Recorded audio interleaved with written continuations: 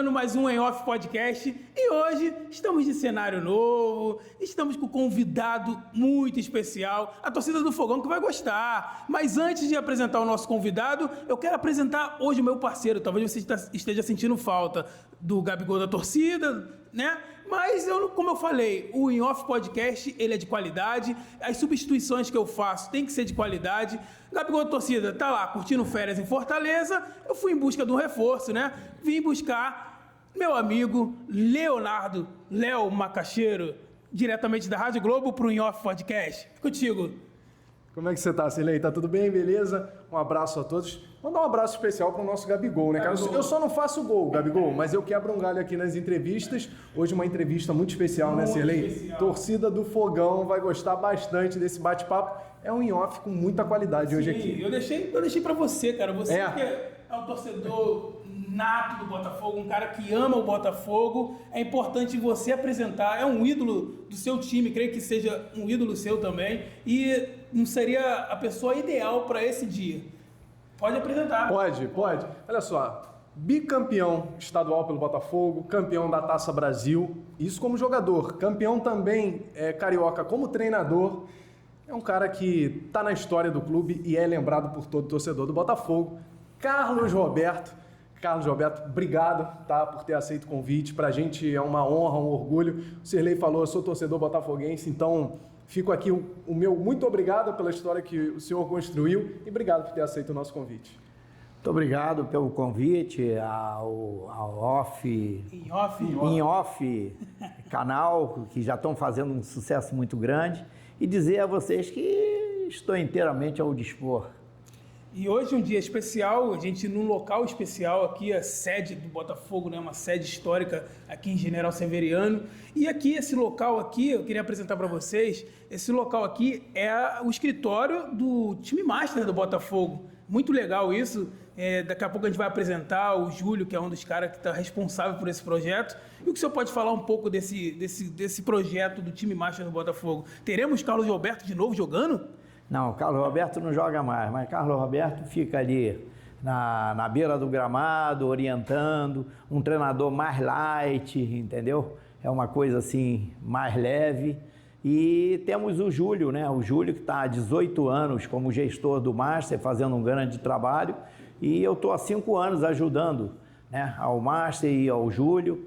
E cada vez o time está ficando mais forte, né? Hoje os jogadores, vocês terão a oportunidade de ver no Campeonato Carioca, que será iniciado agora na primeira quinzena de março, e é um time já treinado, que já joga juntos e todos eles em forma. Então, a torcida do Botafogo pode acompanhar que até no Master vai ser um ano de muitas alegrias. Agora, Carlos Roberto, já que você está falando do Master, dá para adiantar para o torcedor do Botafogo quem que a gente vai acompanhar nesse time? Quais são os jogadores? Dá para falar alguns nomes? Vamos falar só uns 2 ou 3, né? Porque também não pode abrir muito jogo, porque todos os times estão se reforçando. Então vai ser um campeonato com bastante atração para o torcedor carioca e brasileiro, porque será televisionado para todo o Brasil. E a ideia muito boa do Dr. Rubens Lopes, a Federação Carioca abraçou isso, então é um campeonato de Master oficializado, né, pela federação, com a chancela da federação. Agora nós temos Dodô, Túlio, temos Júnior César, Joilson, temos Jorge Henrique e outros, né? Tem outros, Marcelinho, não vou dizer o time todo porque ainda tem umas surpresas aí. Pelos nomes que o senhor falou, gol não vai faltar nesse time. Ah, não, são todos eles são todos jogadores com fome de gol e por isso mesmo é um jogo assim mais aberto e por isso mesmo um jogo de muitos gols. O senhor falou alguns nomes aí que estão na história do Botafogo, né? Como o Túlio, como o próprio Jorge Henrique, alguns outros jogadores que o senhor mencionou. O Botafogo ele tem se consolidado hoje, né, com essa nova gestão, como um time forte, é um time agora a ser batido no Brasileiro, também na América. E como que o senhor vê, cara, esse novo momento do Botafogo, esse novo, sabe, esse projeto dando certo, o Botafogo sendo um time temido pelos adversários, passou bastante tempo sofrendo, e hoje, para o senhor, para o Carlos Alberto, esse time agora vai se manter nessa fase aí de ser sempre o time brigando ali por qualquer campeonato que entrar? Sim, com certeza. Eu acho que é uma esperança que a gente tem, uma certeza que a gente tem que o time estará sempre nas primeiras colocações. Perdemos alguns jogadores, mas a SAF do Botafogo, o John Testo lá, está fazendo um grande trabalho e certamente virão outros reforços, né? E por isso mesmo a gente pode esperar um Botafogo forte, um Botafogo competitivo e que, conforme você falou, é um time a ser batido. Agora, comparando, é lógico que são momentos muito diferentes, mas na brincadeira, o senhor seria como se fosse o Gregory do Botafogo? Mais ou menos na mesma posição ali, como um volante? Como é que o senhor se enxergaria no Botafogo de hoje? É na do Gregory, do Marlon Freitas? Olha, eu joguei no Botafogo, no profissional, no Botafogo eu fiquei 13 anos, 3 nas categorias de base e 10 no profissional. Eu sempre joguei, eu jogava quase sempre mais atrás, mas tinha determinados jogos em que, por exemplo, eu jogava eu e Gerson, eu jogava mais atrás. Eu e Afonsinho, eu jogava mais atrás. Eu e Ney Conceição, eu jogava na frente. Eu e Ademir Vicente, eu jogava mais na frente. Eu e Carbone, eu jogava mais na frente. Aí eu e Dorinho, outros jogadores, foram vários, foram 10 anos em que eu jogava ou mais atrás ou mais na frente. Agora, realmente, o time do Botafogo é um time forte pelo conjunto, né? Foi um time forte pelo conjunto.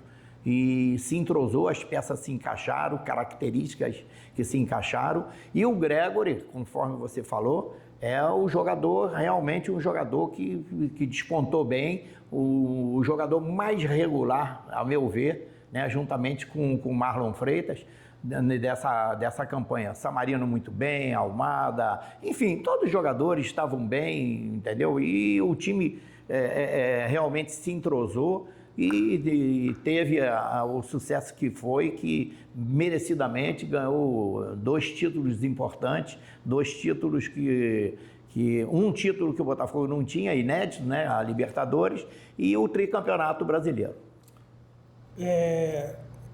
Esse período agora de sucesso do Botafogo, as pessoas olham muito e responsabilizam o John Textor, né? Assim, para o senhor, o John Textor, ele salvou o Botafogo? Sim, o Botafogo estava numa situação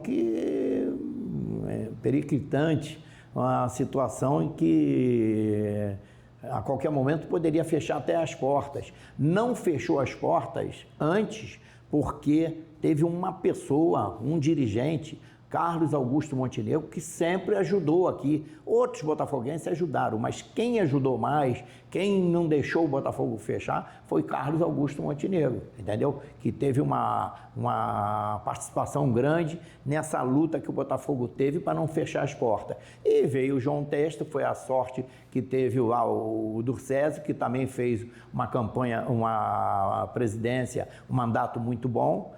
E veio o João Testo e realmente no primeiro ano estava conhecendo ainda o Botafogo, o futebol carioca, o futebol brasileiro, e depois sim, encaixou.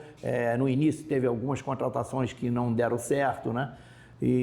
Mas depois começou a acertar e aquilo que a gente falou anteriormente, as peças se encaixaram e por isso mesmo o sucesso foi muito grande. O senhor vive o Botafogo desde os anos 60, não é isso? É muito tempo de história, conhece muito bem o Botafogo. Comecei no Botafogo em 63, na escolinha do Botafogo, que era na Fábrica Nova América, né, do Ademar Bibiano, um dirigente que sempre muito rico, abastado da Fábrica Nova América, e que ajudava muito o Botafogo. E ali foi a primeira escolinha de futebol no Brasil, que era a escolinha do Botafogo, dirigida pelo seu Neca. Ah, que legal. Então, desde os anos 60, vivenciando bastante aí o Botafogo. O senhor, com certeza, de lá para cá, viu muitos ídolos, né? Nomes que a torcida do Botafogo identificou como ídolo. No time do ano passado, o senhor já falou da parte coletiva, que foi fundamental. Mas tem algum jogador que, de repente, o senhor pense assim, poxa, esse aqui se encaixa como um ídolo do Botafogo? Olha, eu não sei. O time foi tão... o ponto forte do time foi tão o conjunto que é difícil você assim, porque nós tivemos o Luiz Henrique individualmente brilhando muito, tivemos o Savarino, o próprio Almada, enfim, jogadores com qualidade técnica, né? Jogadores que jogariam até no passado, entendeu? Outros, assim, eu tenho um pouco de dúvida, entendeu? Porque a qualidade no passado era realmente, o negócio era um nível muito acima. A parte técnica, haja vista que em cada posição, na nossa época, não só no Botafogo, como no Santos e os grandes clubes, eram que em cada posição tinha 4 jogadores, entendeu? Então, às vezes, uma pequena contusão, entendeu? O pessoal jogava machucado, porque não tinha, entendeu? Porque se perdesse a posição era difícil recuperar. Por isso mesmo, eu volto a frisar, a força do Botafogo foi o conjunto. No time que o senhor jogou lá nos anos 60, 70, para aquele timaço lá que era o Botafogo, o Botafogo também era um timaço. Será que o Luiz Henrique tinha uma vaguinha lá? Um time titular? Eu acho, olha, eu poderia até jogar, mas eu acho difícil porque depois do Garrincha pela ponta direita, o melhor jogador que eu vi foi o Rogério. O Rogério era o titular. E na reserva nós tínhamos o Zequinha. Então, eram muitos jogadores bons, entendeu? Então, é difícil. É um time entrosado. O time do Botafogo era um time que é o seguinte, tinha o Manga, que tinha vindo para o Botafogo desde 59. O Leônidas já estava há 6, 7 anos no Botafogo. O Gerson veio do Flamengo e já estava 4, 5 anos no Botafogo. Os demais eram todos jogadores feitos no Botafogo. Então o entrosamento já era... Desde a base. Entendeu? Desde a base. Então isso é que era muito importante. É coisa que a gente sente falta hoje, entendeu? O que falta ainda ao Botafogo é isso. É o trabalho na base para a gente revelar jogadores com a identidade botafoguense, com espírito e coração botafoguense. O senhor esperava que o resultado viesse tão rápido como veio depois que o John Textor assumiu? Não, desde o início a gente viu que o caminho era esse, né? E diante de contratações por cifras grandes, naturalmente tinha que ser jogador de qualidade. O interessante não é só contratar jogador tido como caro e bom, mas tem os jogadores que têm as características que se encaixam um no outro, para poder entrosar, para você fazer um time em que dê liga, onde tenha conjunto, onde tem um padrão de jogo. Você vê uma coisa, o Botafogo demorou, né, no ano retrasado, né, com o Luiz Castro. Então era um time que o Luiz Castro chegou aqui e modificava o time toda hora. Então não dava liga, não pegava um padrão de jogo. Até que eu ouvi dizer isso, né, nos bastidores, que alguns jogadores do Botafogo chegaram, mister, faz um time desse, esse time jogar junto, entendeu? Até para ganhar um conjunto. Aí foi que ocorreu, porque ele ficou 14 meses dizendo até, né, que não, tem que ter paciência, que isso, aquilo, que o negócio é o projeto, não é dinheiro. Mas só que na hora que apareceu o dinheiro, ele deu nos calos. Carlos Roberto, a gente falou que o Botafogo hoje é tricampeão brasileiro, né? O torcedor mais novo do Botafogo lembra de 95, agora acompanhou 2024, mas tem o torneio, a Taça Brasil de 1968, que você estava em campo. Como é que foi aquela competição? O senhor que vivenciou aquela época, era um torneio do tamanho hoje do Campeonato Brasileiro em importância, em relevância? E o que o senhor destaca daquela campanha? Também era o conjunto do Botafogo? Individualmente tinha algum jogador que se destacava? Conta um pouquinho do bastidor daquela Taça Brasil. Na época, sempre foi mais importante aqui dentro do futebol brasileiro os campeonatos estaduais.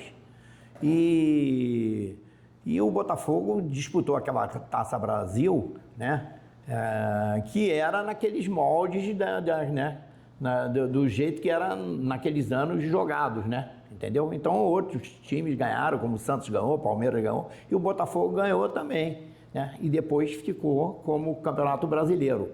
Agora, foram menos jogos, mas só que com adversários difíceis, né? E Só que depois de a gente ganhar de Palmeiras, ganhar do Cruzeiro, né? Eram 2 jogos, um lá e aqui, e depois nós tivemos Metropol, que era muito difícil, porque era no interior, campo encharcado, dificuldade, enfim. Aí depois a gente pegou o Fortaleza. Fortaleza que tinha um time muito bom, que era tipo uma seleção do Nordeste, e a gente empatou lá em Fortaleza e depois a gente, no Maracanã, aí o time deslanchou, goleou e foi campeão. Mas era um time que também tinha valores individuais, claro, né? Jogadores que às vezes aparecem mais um pouco ou muito mais, jogadores que jogam na frente, faz gol, mas o time, o conjunto era muito bom, né? Me lembro bem que é o seguinte, quando o goleiro adversário chutava a bola caía lá atrás com o Leônidas, só na matada do Leônidas ali atrás começava o toque. Era um time que jogava por música. O senhor sente falta desse futebol envolvente? Hoje o futebol ficou muito físico, né, cara? E a qualidade ficou um pouco de lado. O senhor sente falta desse futebol, sabe, bonito de se ver, qualidade no passe? Não, eu acho que é o seguinte, o futebol é com mais intensidade, tem que ser jogado assim, disso, aquilo. É claro que com mais técnica. O que nós sentimos falta, isso aí não é só no Botafogo, eu acho que é nas categorias de base de todos os clubes brasileiros. O pessoal tinha que se reunir e voltar a deixar o menino na base se soltar, porque nós perdemos a nossa essência. Perdemos o swing, o malabarismo, porque sempre vai existir isso. 5 contra 5, 4 contra 4, 3 contra 3, disso, aquilo. Só que você dá um drible, numericamente você já fica superior. A gente tem poucos jogadores hoje que driblam, como antigamente, né? Nós tínhamos, na época, era uma dificuldade grande para você marcar um ponto, porque existia ponta direita, ponta esquerda. Hoje o pessoal nem deixa, se o cara começa a jogar ali pela ponta, não, volta, vem marcar. Tudo bem, todo mundo tem que participar, tem que marcar, mas realmente estão tolhindo os jogadores de qualidade, do individualismo do jogador, justamente vai na base. Agora, o senhor tem uma história aí de 13 anos no Botafogo, como o senhor bem disse, 10 no profissional, 3 nas categorias de base. Quando o senhor sai do Botafogo, o senhor vai para o Santos. Por que o senhor saiu do Botafogo? Foi uma decisão pessoal? O clube não quis mais? Conta um pouquinho de como é que foi esse bastidor da sua saída. Na verdade, nós tínhamos uma interação assim, muito grande com os jogadores, porque do nosso time, a nossa referência era o time de Garrincha, Didi, Quarentinha, Amarildo, Zagallo, e esses jogadores estavam sempre por aqui, principalmente o Nilton Santos, né? E o Nilton Santos sempre dizia, Carlinhos, você vai ser um jogador que vai ser igual a mim, só vai jogar no Botafogo. E eu tinha esse sonho, né, de jogar no Botafogo. Aí, eu sei que em 1976, me apareceu um maluco aí de um presidente, né, e aí ele chegou e quis tirar todos os jogadores que eram antigos do clube, né. E aí foi um negócio que ele fez um acerto lá com o Santos, eu muito triste, eu me lembro até no dia que foi aí feito o acerto na sede aí do Botafogo, eu triste, eu olhei lá para trás, aquelas luzes, eu chorando, e o Nilton Santos que foi me levar no portão, falou, não, Carlinhos, é assim mesmo, não tem nada, mas que foi triste para mim foi, e aí depois você não, olha, sem brincadeira, você pode jogar no clube do teu coração, onde você começa. É muito bom isso e você dá tudo. Depois você vai jogar para outro time aí que já foi vendido, não é mais a mesma coisa, não é, entendeu? O sentimento muda um pouquinho. O sentimento muda, até porque desde garoto eu sou criado dentro de uma família só de vascaínos e tinha só eu que era botafoguense. E eu morava em Madureira, eu pegava trem e depois um ônibus, porque eu vinha aqui, porque a gente entrava em General Severiano para ver Garrincha, Didi, Quarentinha, Amarildo, Zagallo, todo mundo entrava. Aí eu ficava aqui atrás do gol, pegando bola, entendeu? E vendo os jogadores. Então, a referência que nós tínhamos e depois continuamos a ter, mesmo jogando, era muito boa. Por isso mesmo,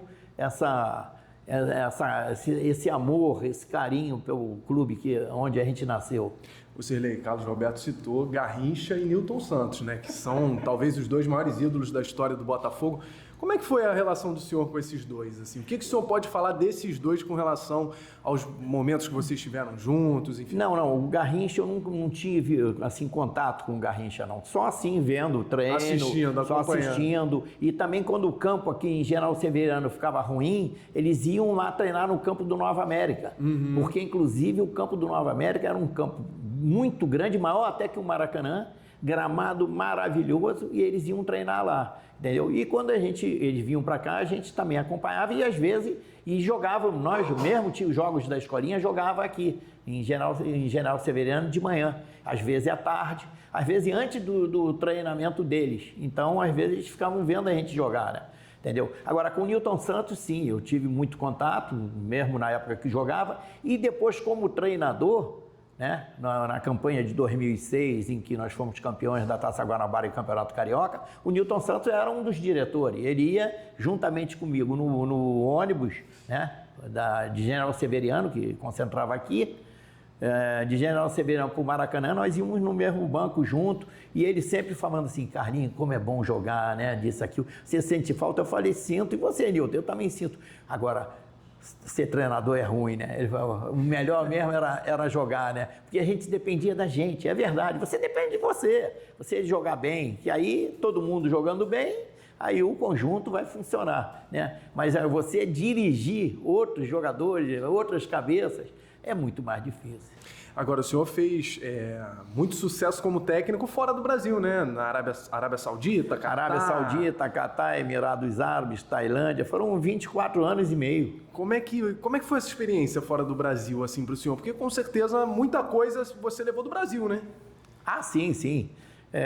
A experiência foi muito boa. Como é que começou essa experiência? Por que surgiu esse convite? Como é que foi isso na época? Não, surgiu o convite porque já tinha treinadores brasileiros que trabalhavam por lá e eles mesmo indicavam, né? Então, quem me indicou para ir para a Arábia Saudita foi o Otto Valentim, que foi um jogador também magnífico aqui do Botafogo, né? Um jogador que jogava muito pelo lado esquerdo do campo, mas que não teve muita oportunidade. Porque naquilo que a gente estava falando, né? Em cada posição tinha 4, 5 jogadores bons, entendeu? Então o Otto Valentim foi para fora, depois se tornou treinador, e lá na Arábia ele foi e me indicou para um clube, fui para lá para a Arábia e comecei a trabalhar por lá, depois fui para outro país árabe, depois para o outro, Catar, Emirados Árabes, enfim, depois voltei para a Arábia, depois da Arábia fui para a Tailândia, que foi o lugar onde eu trabalhei fora, o melhor lugar para tudo, para futebol, para viver, país maravilhoso e que eu recomendo sempre que não deixe de fazer uma visita à Tailândia. Eu tenho um amigo que está trabalhando lá com jiu-jitsu. É? Ele falou que é um país que, meu irmão, ele não tinha noção que a Tailândia era um lugar lindo, maravilhoso. Lindo, tudo funciona. Tudo funciona perfeitamente, tudo barato. E é o seguinte, para ser um bom tailandês, você tem que saber cantar uma música, saber contar uma piada e estar sempre com um sorriso no rosto. Ô, seu Carlos, o senhor teve a oportunidade de atuar com grandes nomes no Botafogo. Mas qual foi aquele companheiro que o senhor, assim, cara, esse te inspirou? Esse você nunca vai esquecer. Olha, no time que eu jogava, eu sempre me dei bem com todos eles, entendeu? Com todos eles. Então, você vai jogando, cada vez que você vai jogando, ainda mais jovem, você vai aprendendo cada vez mais, entendeu?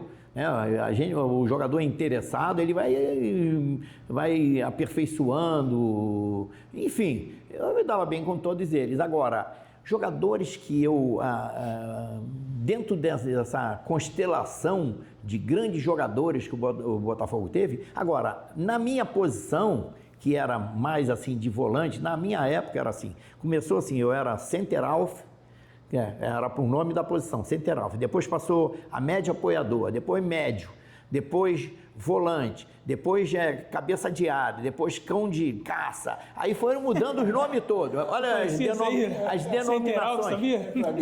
As denominações foram mudando isso tudo. Agora, os jogadores de todas essas coisas, da época do Garrincha, do Dico, os jogadores que eu prestava atenção era Ayrton Povil, que era o jogador que jogava Ayrton e Didi, Ayrton e Gerson, Pampolini e Didi. Então eu prestava atenção em quem? No Pampolini, no Ayrton.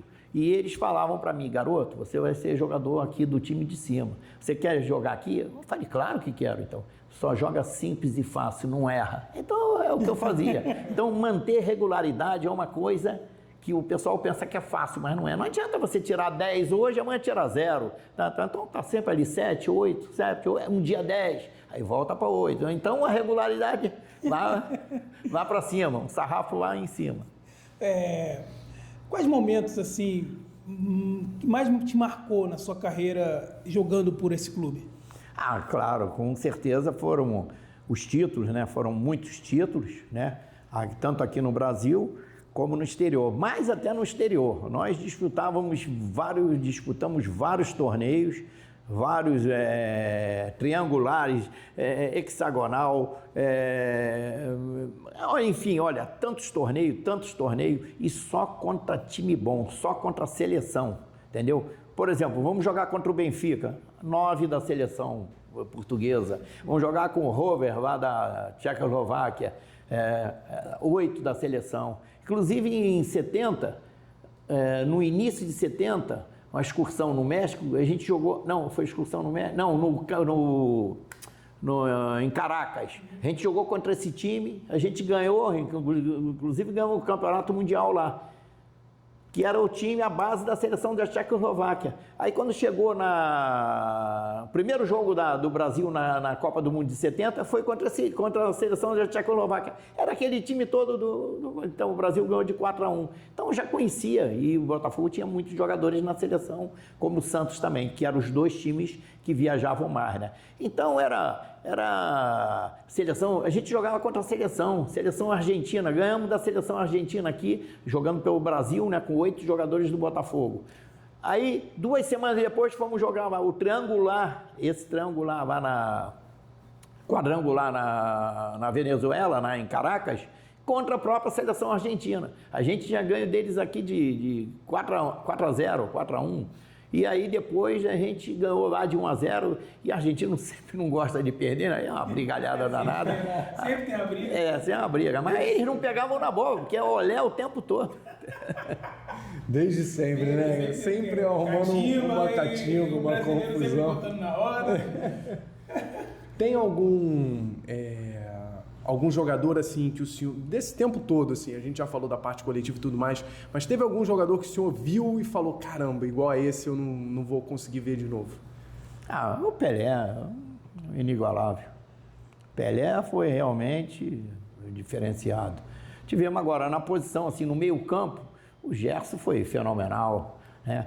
Se for um estrangeiro, a gente pode falar no Beckenbauer, né? Beckenbauer até tem uma história engraçada com o Beckenbauer, em que,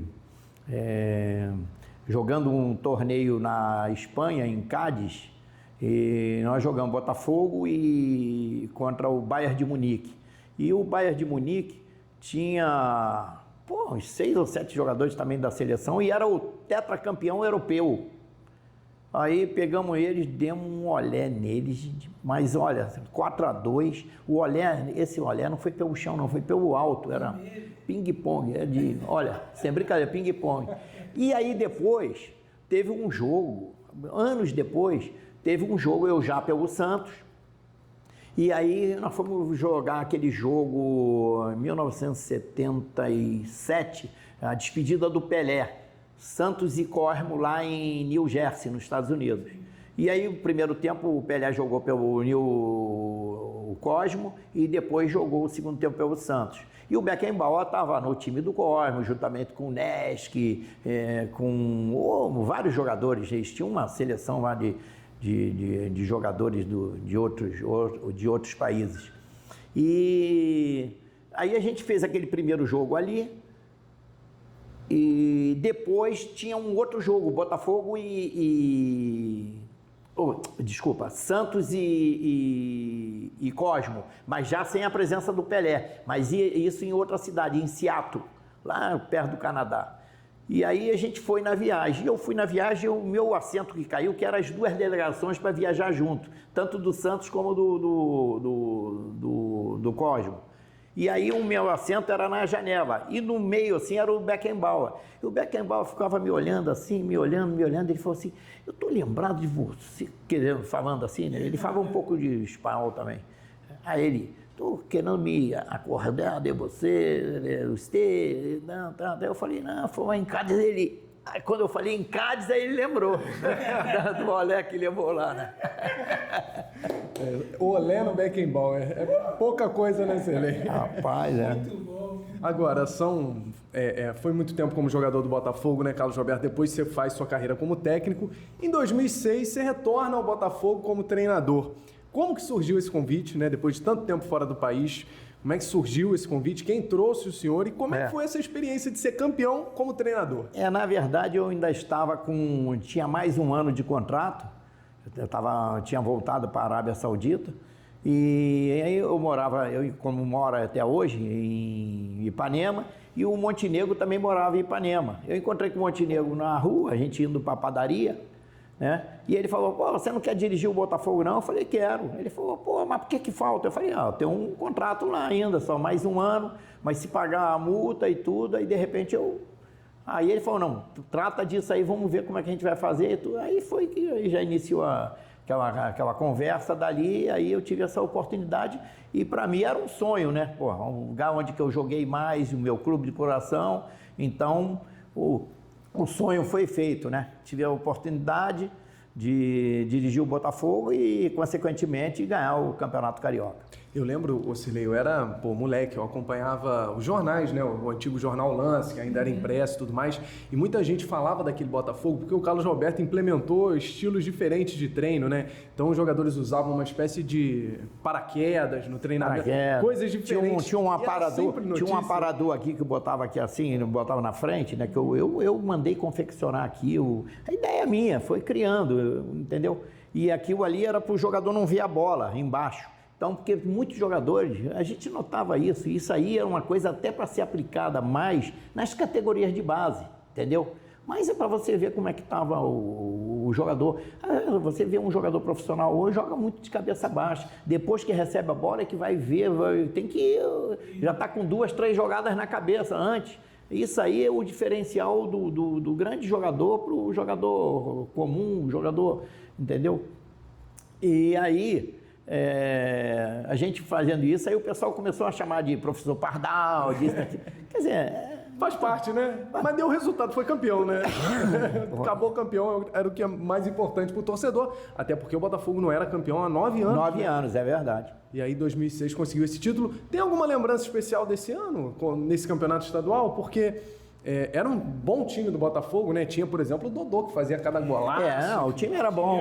O time começou a ganhar um desenho, a se entrosar, porque nós tivemos a felicidade de fazer a pré-temporada em Itu e a gente saiu bem cedo, sabe? A gente ficou lá em Itu praticamente quase que 3 semanas e quando a gente chegou aqui no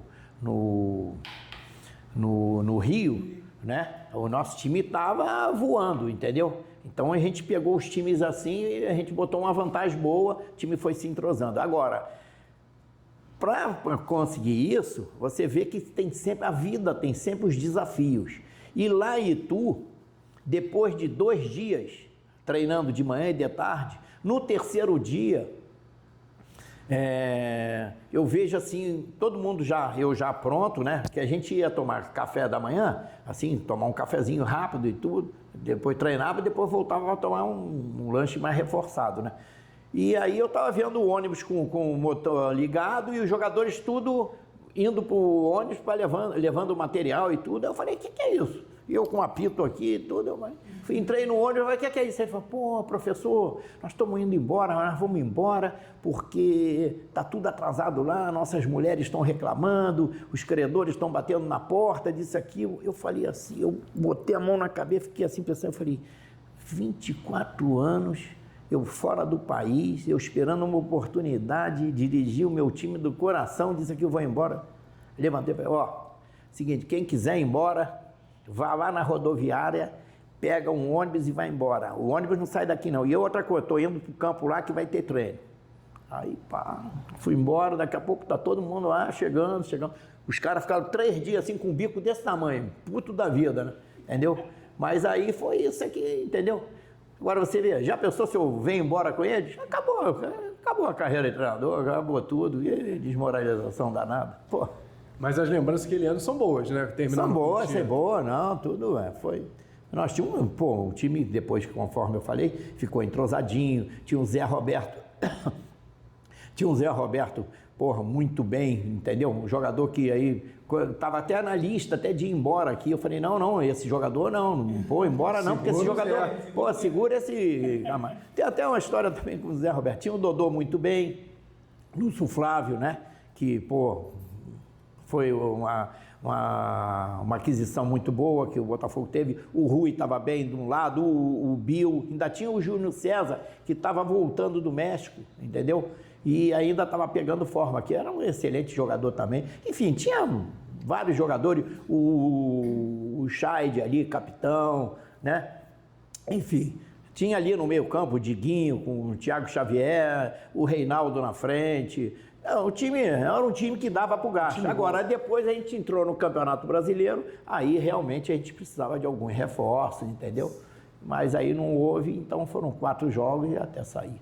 Ah, entendi. Agora, tem uma história boa desse ano aí de 2006, que o Botafogo contratou um jogador machucado, não foi isso, seu Carlos Roberto? Teve um problema físico, foi isso? Quando eu cheguei, aí esse jogador já estava contratado, um jogador argentino, acho que é Artigas o nome dele. Então a gente notava que tinha um córner assim pelo lado direito, ele era canhoto, ele ia bater, aí só batia com o córner curto, umas 2 vezes, 3 vezes. Eu falei, peraí, rapaz, bota a bola na área, quero ver a tua batida. Rapaz, ele bateu, a bola saiu assim 2, 3 metros, ele saiu mancando, ele estava com um problema grave ali de joelho. E foi contratado, não sei por quem, aquelas coisas de contratação fantástica. Não jogou. Rapaz, olha, negócio de contratar... Não jogou, aí teve que ser dispensado, né? Pô, tinha cada coisa aqui, tinha um jogador, tinha um contrato ainda de 1 ano e pouco.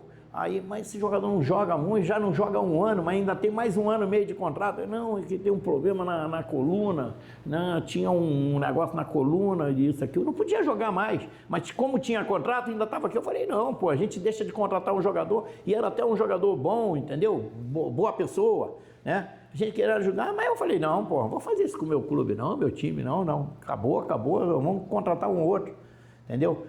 Tinha umas coisas engraçadas ali, né? Coisa que só acontece com o Botafogo? Por aí, né?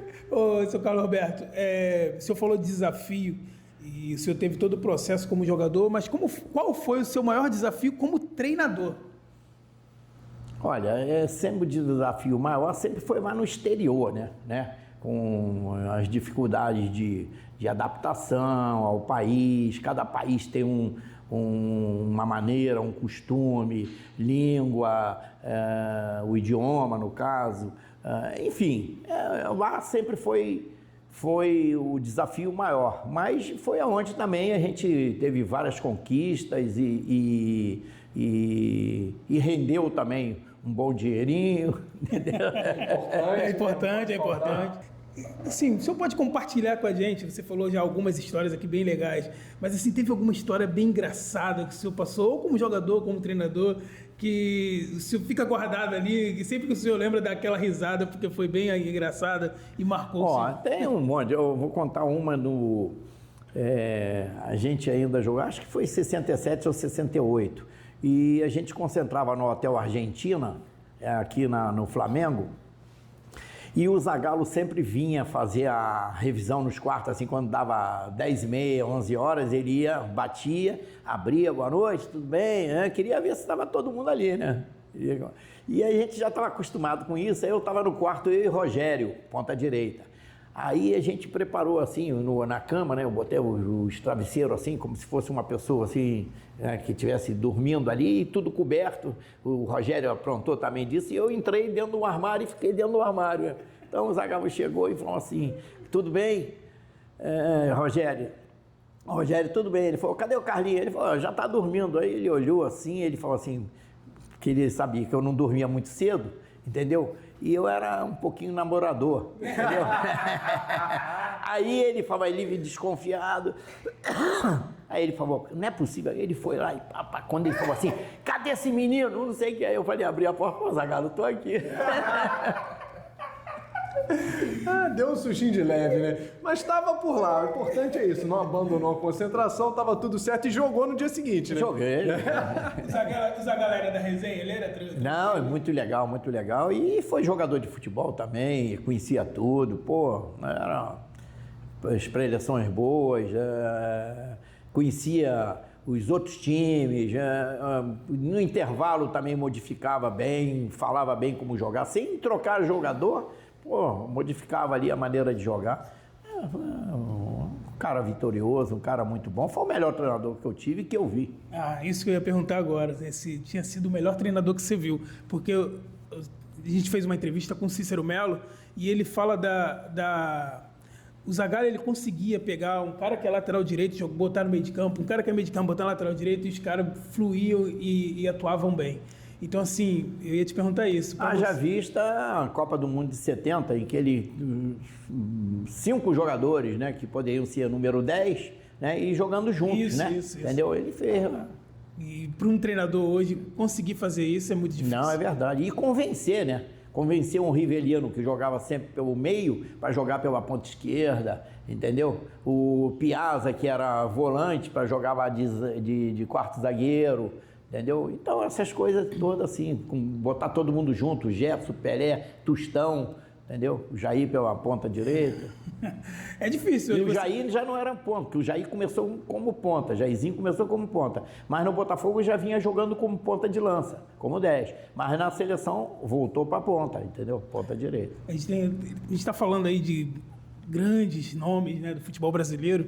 E esses dias tem falado muito, né, essa bomba que tem falado aí, né, do Neymar. O Neymar falou que ele tinha vaga no lugar do Rivaldo, no lugar de Tostão. Isso deu o que falar, né, lá no podcast do Romário.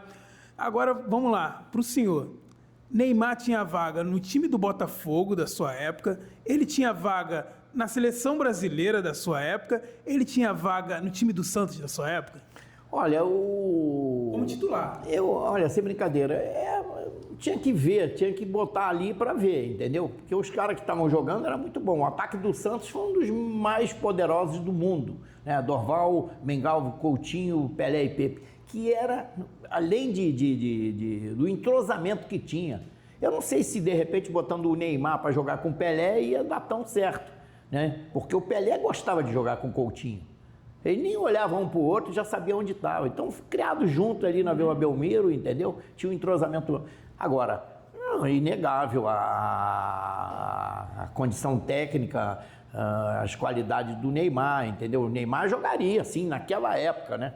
Então, a dúvida que nós, do passado, temos é, será que alguns jogadores... que eles às vezes falam que os jogadores do passado não jogariam hoje. A nossa dúvida é justamente o contrário. Será que os de hoje jogariam de coisa? Sim, alguns, mas muito poucos. As dificuldades eram muito maiores. Dificuldades maiores e os times eram muito ajustados, muito bons e, conforme eu falei anteriormente, em cada posição tinha 3, 4 jogadores bons. E agora, Rivaldo, Romário, jogadores, claro, que jogariam sim, né? Agora, dependendo de encaixar num time, que às vezes num time não joga, mas vai jogar no outro, entendeu? Porque dependendo da situação, do momento, entendeu? Do time estar entrosado. Mas vamos lá, o senhor tiraria alguém daquele time do Botafogo para pôr o Neymar? Ele entraria no lugar de alguém ali naquele time? Eu não tiraria, porque foi uma coisa que deu certo.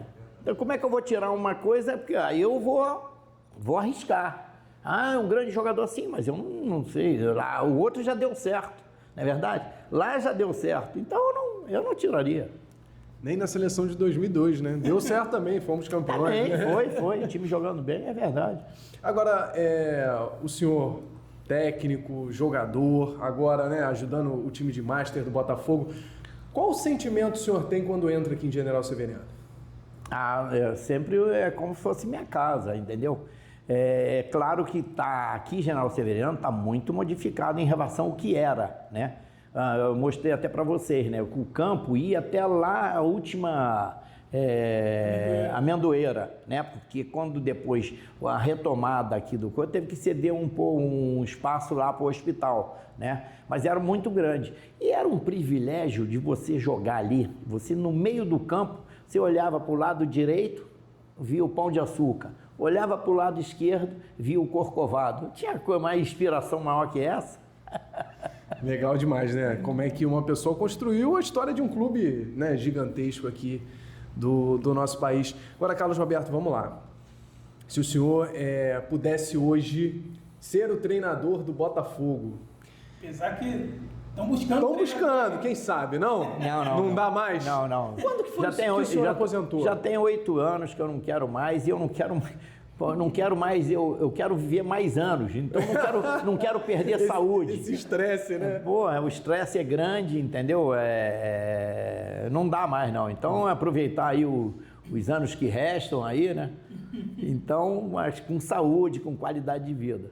Mas se o senhor pudesse, dentro do futebol brasileiro, aí, indicar um reforço para o Botafogo, o senhor gosta de qual jogador, assim, fora o Botafogo, né? Qual jogador o senhor olha e fala, poxa, esse aqui no Botafogo pode dar certo? Eu acho que... Não, tem vários jogadores, mas um que eu pensava seria o Paulinho, que estava no Atlético e que foi para o Palmeiras. Esse jogador cairia no Botafogo muito bem. Aliás, cai em qualquer time, porque realmente joga muito, é um valor grande, criativo, gosta da bola, não se esconde, está sempre presente, muito participativo. E é um jogador que foi um reforço muito grande para o Palmeiras. E no ano passado ele estava com uma lesão no joelho, né? Ele com problema desde a Europa, ele vem com problema. Não, e o ano passado ele jogou muitas vezes no sacrifício. Às vezes o torcedor não entende isso também, né? A cobrança é muito grande e tudo mais, mas com certeza para o Palmeiras vai ajudar muito e para o Botafogo, se viesse, seria uma baita contratação do Palmeiras. O Carlos Roberto, o Botafogo, ele estava com um elenco excelente, um técnico que conseguiu sair do Luiz Castro e ele conseguiu, né, arrumar a casa, outros vieram e não conseguiram aquilo que ele conseguiu. Mas, assim, o time teve muitas mudanças, saíram bastante jogadores e está chegando alguns jogadores. Com esses jogadores que chegaram, chegou o Arthur, né, o atacante, agora chegou o Wendel, o volante, dá para chegar. Assim, o time do Botafogo, ele equilibrou como se fosse o time do ano passado, ficou no mesmo nível ali, ou você acha que o time ficou mais fraco com as saídas? Eu acho que precisa contratar ainda mais, até para equilibrar, né? Agora, a gente não sabe, e não tem uma certeza também, né? Você sabe que às vezes é um muito bom jogador e às vezes num lugar joga bem e chega no outro não joga, entendeu? Então vamos ver os primeiros jogos, entendeu? A gente torce para que tudo dê certo. O Arthur é muito bom jogador pelo lado direito do campo, joga com a perna trocada, né, por ali.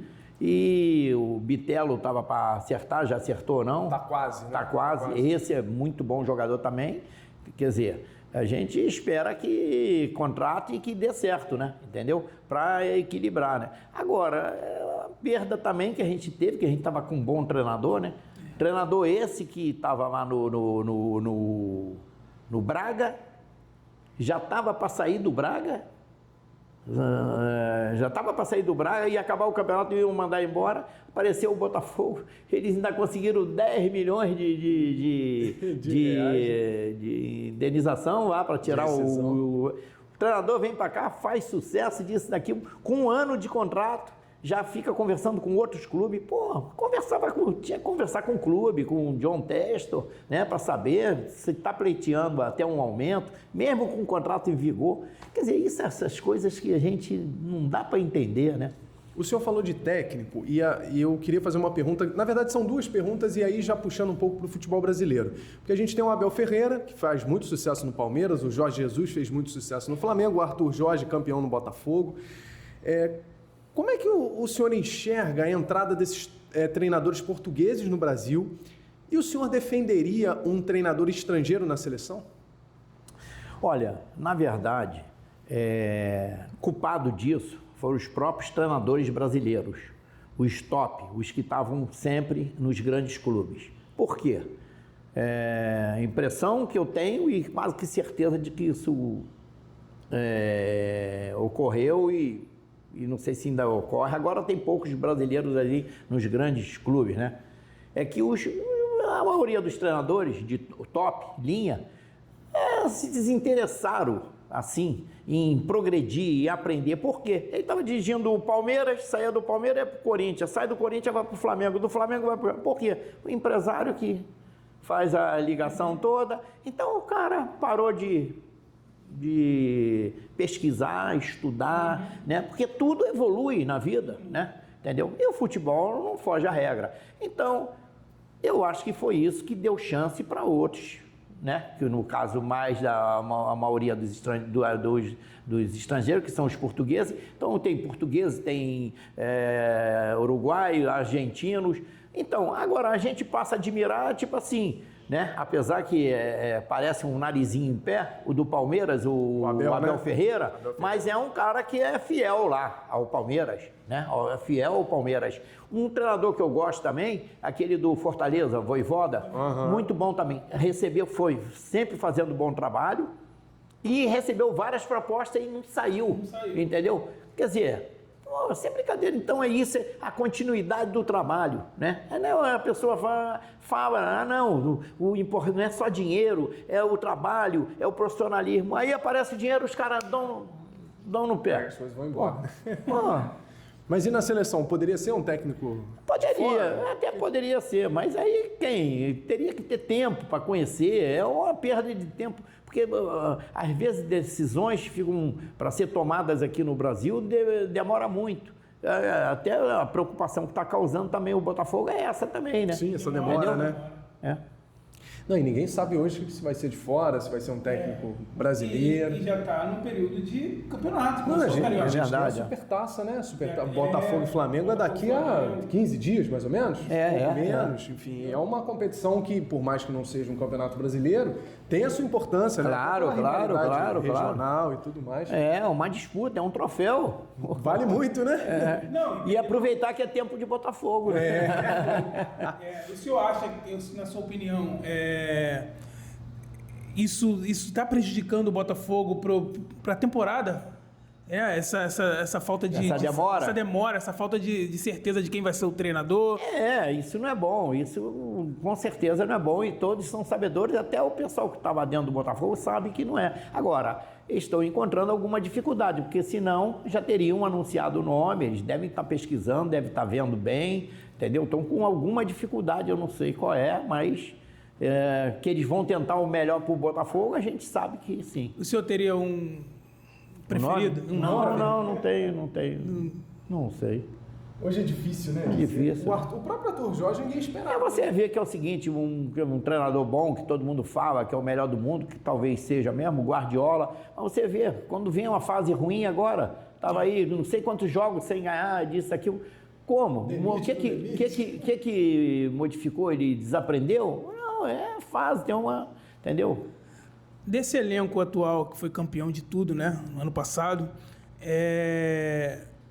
para o senhor, pro Carlos Gilberto, quem não deveria sair do time? Na sua opinião? Não deveria sair. Pô, cara, esse cara foi fundamental, ele não pode sair. Se já saiu, não deveria ter saído, e se não saiu, não deve sair. Para o senhor. Não deveria sair ninguém, né?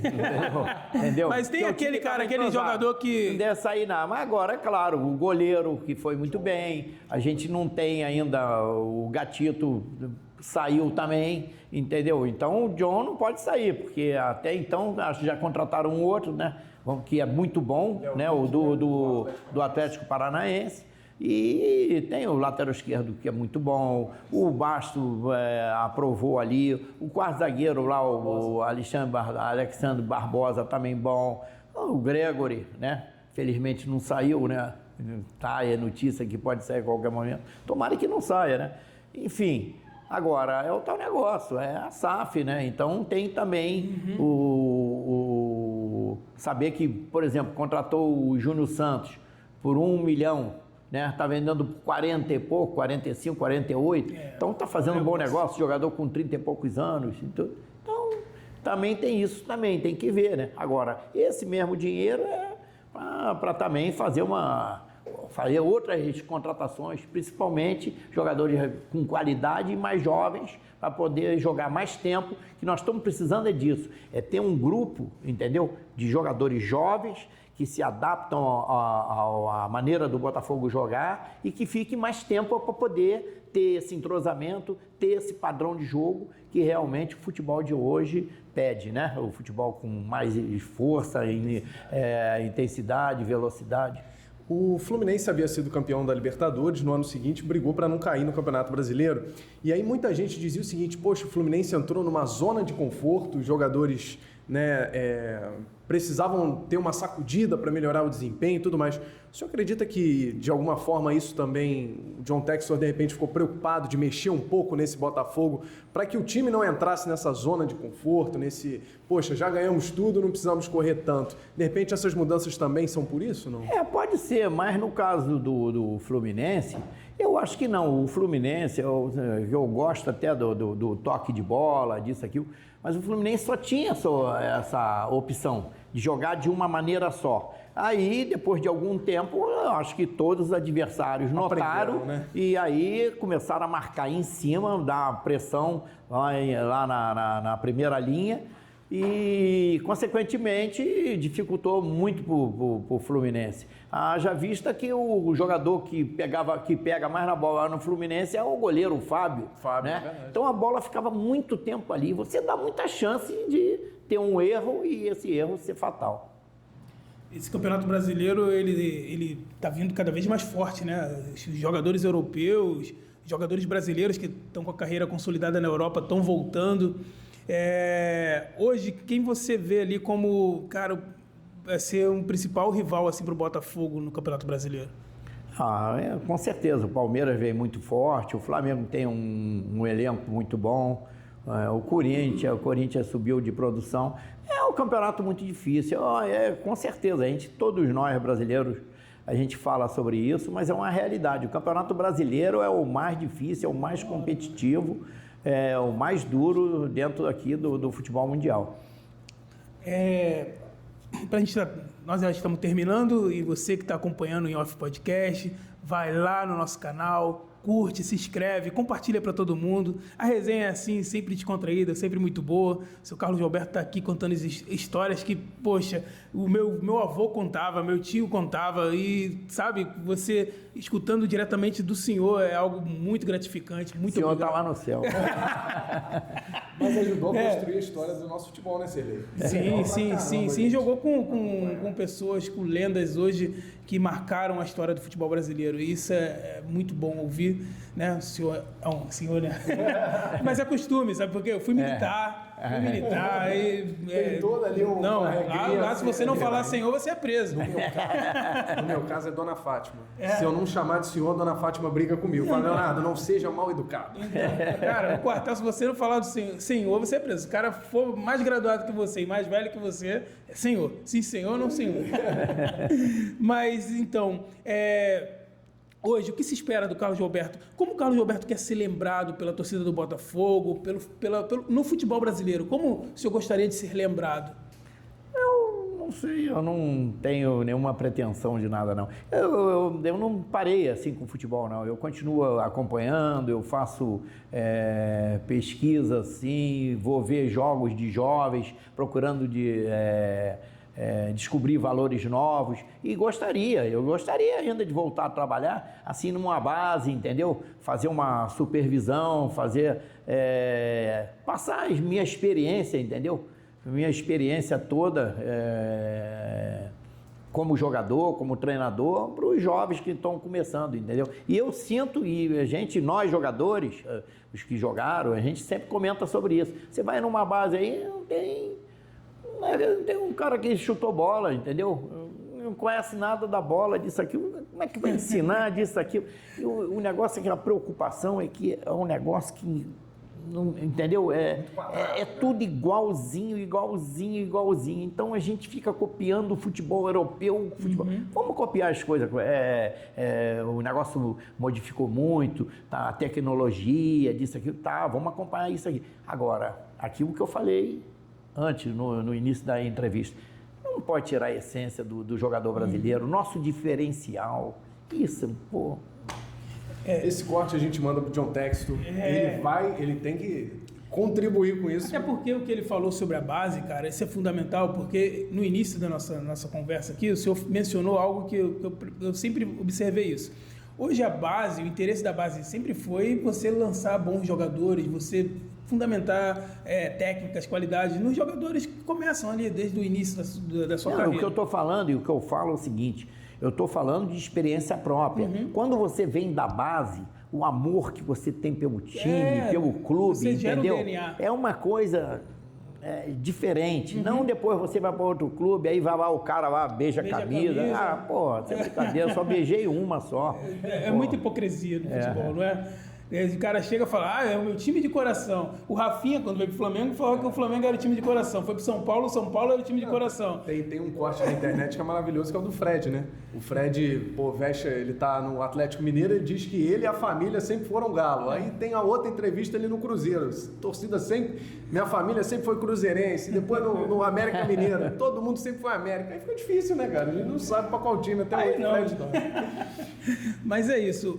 Então, assim, a base hoje, exemplo, o Botafogo, eu não só o Botafogo, mas o Botafogo, há quanto tempo a gente não vê lançando bons jogadores, né, cara? Há muitos anos que não sobe nenhum jogador da base e a gente lamenta muito isso, entendeu? É claro que encontraram o pessoal que dirigia, encontraram muitas dificuldades, mas de qualquer maneira não é possível. Se outros clubes, Vasco, Flamengo, Fluminense, eles revelam um jogador e o Botafogo não revela, eu não sei quantos anos isso, que não saiu um jogador. É difícil fazer. O último que eu lembro é o Vitinho. O Vitinho, ele veio... Com o Vitinho não foi do Botafogo. Ele foi do Arte Sul, do... Não, do... Eu me esqueci. Lá como é? Veio do Senda, lá do Senda, Aí tinha o Dória, que era daquela O Dória, geração. sim. Dória, da base sim. do Botafogo. Foi o Dória, que veio da base, entendeu? Um Renan, zagueiro. goleiro, Tá? que eu lembro também, Renan, sim. Mas eu digo jogador que fique lá, que faça sucesso, seja ídolo do time e que vá até para a seleção. Entendeu? Não. E isso era algo marcante, né? A seleção era sempre... Sim. A maioria era jogadores do Botafogo. E jogadores novos.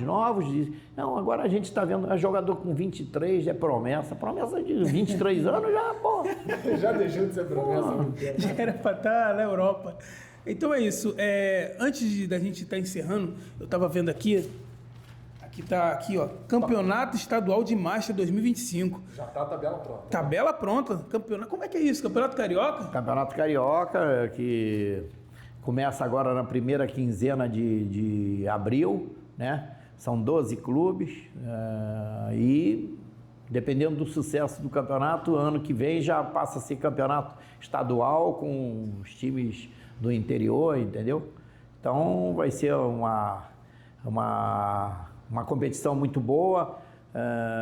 A gente tem que agradecer sempre o Rubens Lopes, que está apoiando essa ideia, chancelou esse campeonato, então tem tudo para dar certo. E a estreia do Botafogo é um clássico, é o Vasco da Gama. É bom começar assim, logo com a pedreira, né? É verdade. São dois clássicos, né? E os moldes... Botafogo e Fluminense e Flamengo. Os moldes do Campeonato Carioca de Master é justamente igual aos moldes do Campeonato Carioca de Profissionais, né? Que legal. Entendeu? É o Júlio, São né? duas Júlio, chaves. Júlio tá E o aqui com a Júlio que gente. está aqui. Vem cá, Júlio. Parece aí, Júlio. Pode sentar ali na sua cadeira que ele te enquadra ali também. Aqui. É tudo ao vivo. Chega aqui. É gravado, mas é ao vivo. Não, pode sentar na outra ali, ó. Quiser. Posso chegar para cá? Pode. Seu Júlio, fala um pouquinho aí desse projeto do Master. Carlos Roberto contratado como treinador, mas tu queria ele jogando ou treinador mesmo? Como jogando seria melhor, né? Como jogando seria melhor, mas tá bem de técnico, tá bem. Hoje nós temos um time que tá invicto, né? Nós fomos campeão em 2019 pela Copa Internacional Legends. O Carlinhos não era técnico, era o Gotardo, né? Aí depois disso entrou o Carlos Roberto e a gente deu continuidade. Hoje existe um produto dentro do Botafogo, que é o time de Master, de Legends, de jogadores. E o intuito mais é socializar eles, fazer eles voltarem a jogar bola, se encontrarem. O intuito não é nem a parte financeira, é a parte mais pessoal, social. Entendeu? E sabendo que juntar essa galera, a resenha é garantida. É garantido. Bota tempo. Ô Júlio, como é que você vê? Qual o time mais forte para você? O Master ou o time atual do Botafogo profissional? Bom, no aspecto físico. Não. Físico. Vamos falar de time, elenco. Time. Físico. Se juntar as histórias, é o Master. E quem é que teria vaga nesse time do Master aí, se você pudesse puxar do profissional? Joilson teria vaga, jogando em 2 posições. Joilson, né? volante. Marcelinho teria vaga, jogando pelos 2 lados também. Júnior Celo, lateral esquerdo no meio. O Hamilton, lateral esquerdo. Né? O próprio Túlio, né? Não sei se seria hoje o titular, mas teria uma vaga, teria. Uma pergunta, Carlos Roberto. O Túlio. Não, ele tá com o microfone. O Túlio, ele fez 1000 gols de verdade? Ou foi Não sei, eu nunca contei, né? Ele contou. Deve ter feito, porque ele contou e tudo, e todo mundo fala. Não, que isso, eu acho que fez sim. Romário também fez. O Túlio é resenha, né? Não, gente boa. Mas, ô Júlio, como é que surgiu essa ideia do Botafogo Master? Surgiu de você? Alguém que trouxe essa ideia para você? Eu tenho uma empresa de publicidade e marketing desde 2007. E o Adílio, o falecido Adílio, me chamou para me ajudar lá, o time dele lá, o Flamengo, né? E eu participei só de um jogo, depois, não dá para continuar aqui não. Aí parei, né? Porque senão ia conflitar emoções. Sim. Aí o Hamilton, o zagueirão grandão, que era atacante, virou zagueiro, me chamou para vir aqui no Botafogo assinar um contrato, assinei pela minha empresa. E começou do zero. Eu não era conhecido e já se faz 18 anos. Que legal. Né? E hoje tem um produto que todo mundo respeita, tem uma direção, a gente sabe o que quer. E tá chegando gente nova aí também, né, Carlinhos? E eles vão acompanhar também o Campeonato Carioca. O Inoff vai estar na revelação hoje para vocês. O Inoff vai estar acompanhando o Campeonato Carioca de Master. Tem apelo, tem sentimento junto, tem tudo. O dinheiro é o último. Sim. Tem mais sentimental, né, de fazer eles resgatar eles. E eles gostam também.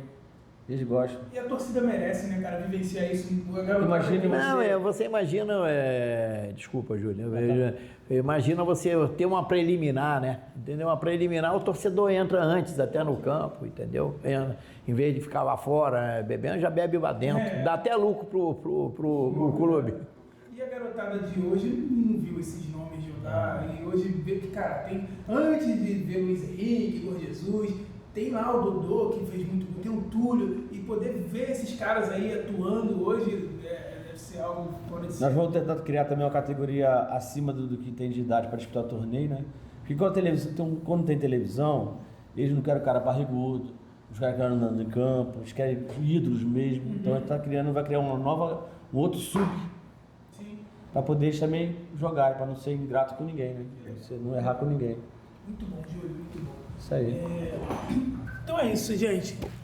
A gente aqui passou esse momento tão especial aqui com o meu amigo Carlos Roberto, com o meu amigo Léo Macaxeira, estreando no In Off Podcast, com o Júlio. E assim, a gente queria agradecer você que tem nos acompanhado, você que tem, sabe, vivenciado esse sonho junto com a gente.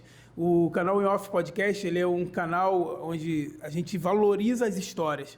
Valoriza as histórias, essas histórias são importantes, ela tem que estar na mente do torcedor, o torcedor tem que olhar para o clube e ver, cara, tem uma história ali, entendeu? Isso é muito importante. E a gente só consegue resgatar isso sentando com pessoas como o Carlos Roberto, como o Júlio, pessoas que vivem um clube, que vivenciaram uma vida no clube.